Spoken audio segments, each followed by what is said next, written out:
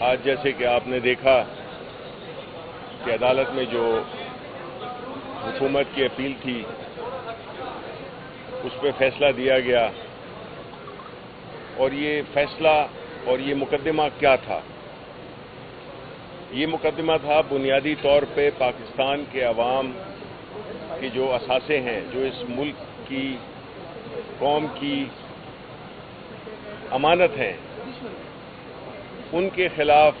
جب P D M حکومت آئی تو انہوں نے سب سے پہلے کیا کیا کہ نیب لاز میں تبدیلی کی اور ای وی ایم کو ختم کیا۔ یہ دونوں چیزیں بنیادی طور پہ اس تولے کے لیے تھیں جو ہر کچھ عرصے کے بعد یا تو باریاں بدلتا ہے، جو کہ پیپلز پارٹی اور نون لیگ اور جو ان کے حواری ہیں، اور دوسرا انہوں نے الیکشن کو غیر شفاف کرنے کے لیے جو قانون پاکستان تحریک انصاف کے دور میں بنے تھے ان کو ختم کیا۔ یہ بنیادی طور پہ پاکستان تحریک انصاف پہ کوئی حملہ نہیں تھا، یہ پاکستان کے عوام پہ حملہ تھا، جس میں کہ ان کی امانت کو میں خیانت کو روکنے کے لیے پاکستان تحریک انصاف نے وہ قوانین انٹروڈیوس کرائے تھے جس سے کہ الیکشن بھی شفاف ہوتے اور جو چور ٹولہ ہے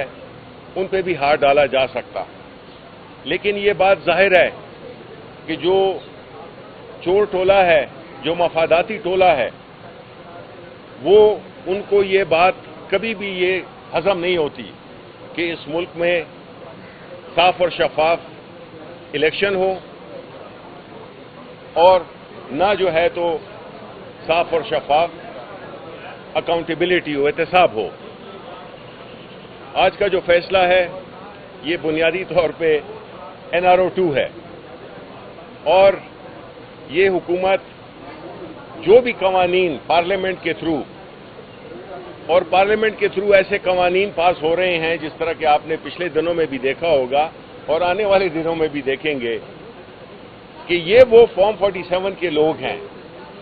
یہ وہ لوگ ہیں جو عوام کے حقیقی نمائندے نہیں، یہی وہ لوگ ہیں جو کہ ایسے قوانین بنائیں گے جس سے کہ چوروں کو بھی تحفظ ملے، آئین شکنوں کو بھی تحفظ ملے، اور ایک غیر شفاف طریقے سے الیکشن کرا کے وہ جو پہلی امینڈمنٹ انہوں نے کینسل کی تھی ای وی ایم کی، اس کے ذریعے یہ جعلی پارلیمنٹ بنائی، اس میں ایسے لوگ بیٹھے ہوئے ہیں جو کہ عوام کے نمائندے ہی نہیں۔ تو جب عوام کے نمائندے نہیں ہیں تو وہ عوام کے فوائد یا ان کی انٹرسٹ میں کیا وہ قانون سازی کریں گے؟ وہ تو ان کی انٹرسٹ میں کریں گے جو کہ ایک ٹولہ ہے جو کہ اس ملک کے غریبوں کا خون چوس لیا ہے، انہی کی مفادات میں وہ قانون سازی کرے گا۔ تو پارلیمنٹ نمبر 1 ہم تو اس کو جعلی پارلیمنٹ سمجھتے ہیں، اس لیے کہ اس میں جو اگر آپ دیکھیں جس طریقے سے الیکشن ہوئے، جس طرح سے پاکستان کی سب سے بڑی سیاسی جماعت پاکستان تحریک انصاف کو دیوار سے لگایا گیا، ان کا سمبل چھینا گیا،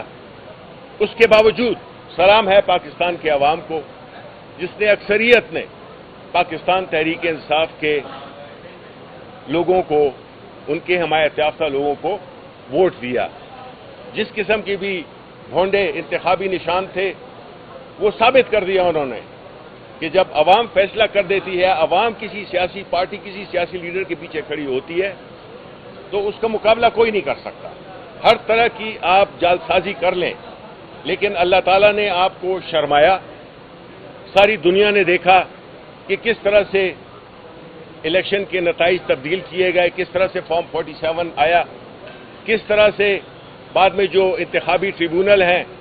اس پہ کس طرح سے الیکشن کمیشن آف پاکستان فریق بنا،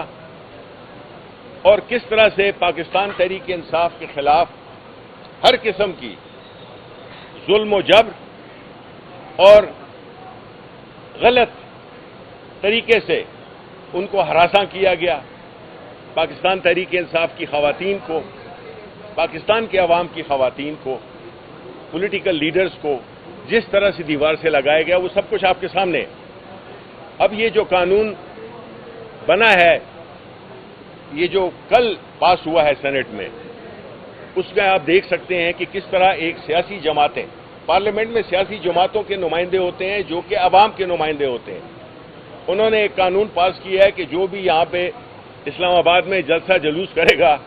اس کو 3 سال یا 10 سال کی قید دی جائے گی، اور یہ کرایا کسے جا رہا ہے؟ اپنے لوگوں سے، پارلیمنٹیرین سے کرایا جا رہا ہے۔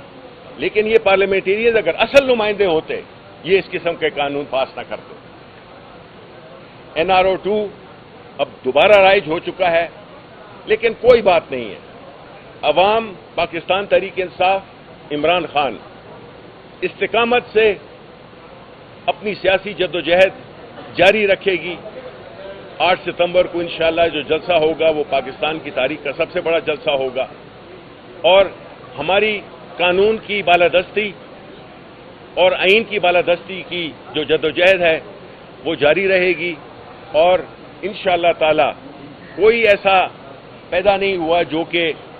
عوام اور اللہ تعالیٰ کی جو دیے ہوئے طریقے ہیں، جو دیے ہوئے اصول ہیں، جو قرآن شریف میں کہا گیا ہے،